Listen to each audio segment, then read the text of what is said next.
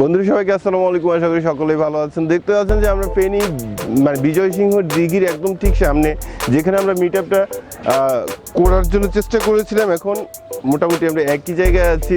তো দেখতে থাকুন ইউটিউব বাংলা, আপনাদের সাথে আছে আমি রবিন। চলুন শুরু করা যাক।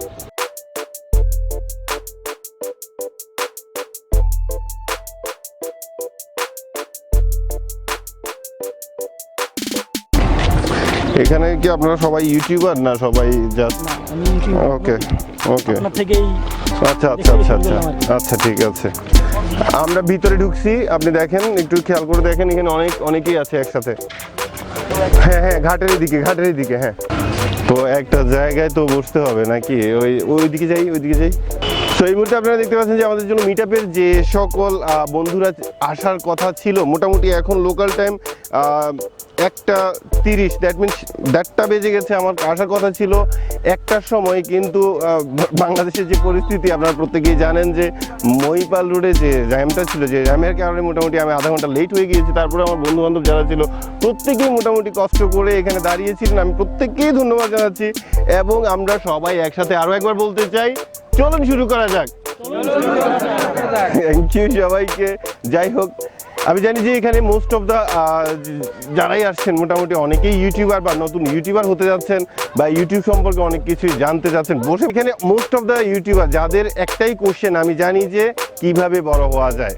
প্রত্যেকেই আমরা ছোট ছিলাম, আমিও এক সময় জিরো ছিলাম। জিরো থেকে আজকে 7 লাখ কত 20,000 আই থিঙ্ক 7,21,000 সাবস্ক্রাইবারে আসছি। কিন্তু ভালো করে দেখলে আপনারা দেখবেন যে, খেয়াল করে যে অ্যাকচুয়ালি কাজের ধারাবাহিকতা যদি আপনি ঠিক মতো মেনটেন না করতে পারেন, সেক্ষেত্রে দেখবেন যে আপনার ভিউয়ারের সংখ্যা দিন দিন কমতেছে। আপনারা একটু খেয়াল করে দেখেন যে বিগত মাসে আমার ভিউয়ার কেমন ছিল, আজকের মাসে আমার ভিউয়ার কেমন। কারণ পিপল ডাজন্ট কেয়ার আপনি কি করতেছেন, সব কিছুই আপনার উপর নির্ভর করতেছে। এবং আপনার যারা বন্ধুবান্ধব, আপনার যে সাবস্ক্রাইবার, সেই আপনাকে ফলো করতেছে। যখন আপনাকে একদিন পাবে না, 2 দিন পাবে না, 3 দিন পাবে না, পরের দিন আপনাকে ভুলে যাবে। এটা মোস্ট কমন একটা জিনিস, ঠিক আছে? সো এগুলি খুবই অ্যাজ ইউজুয়াল কথা, আপনারা হয়তো অনেকেই আগে শুনেছেন।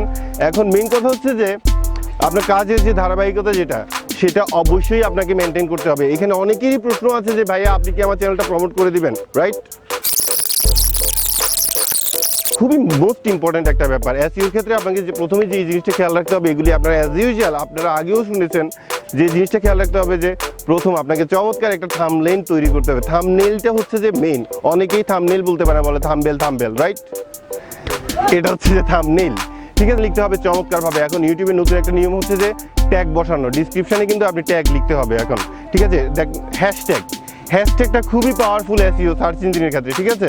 আপনি যদি হ্যাশট্যাগ ব্যবহার করেন, সেক্ষেত্রে আপনি দেখবেন যে টাইটেলের পাশে হ্যাশট্যাগ চলে আসে, রাইট? একটা খারাপ কথাকে আপনি যদি ডিরেক্ট খারাপ কথা বলে দেন, সেটা অবশ্যই একজন দেখে বলবে যে এটা তো একটা ফালতু ছেলে, রাইট? আপনি খারাপ ভাষাটাকে কিন্তু সুন্দর করে গুছিয়ে বলতে পারেন। So presentation is most important thing in YouTube.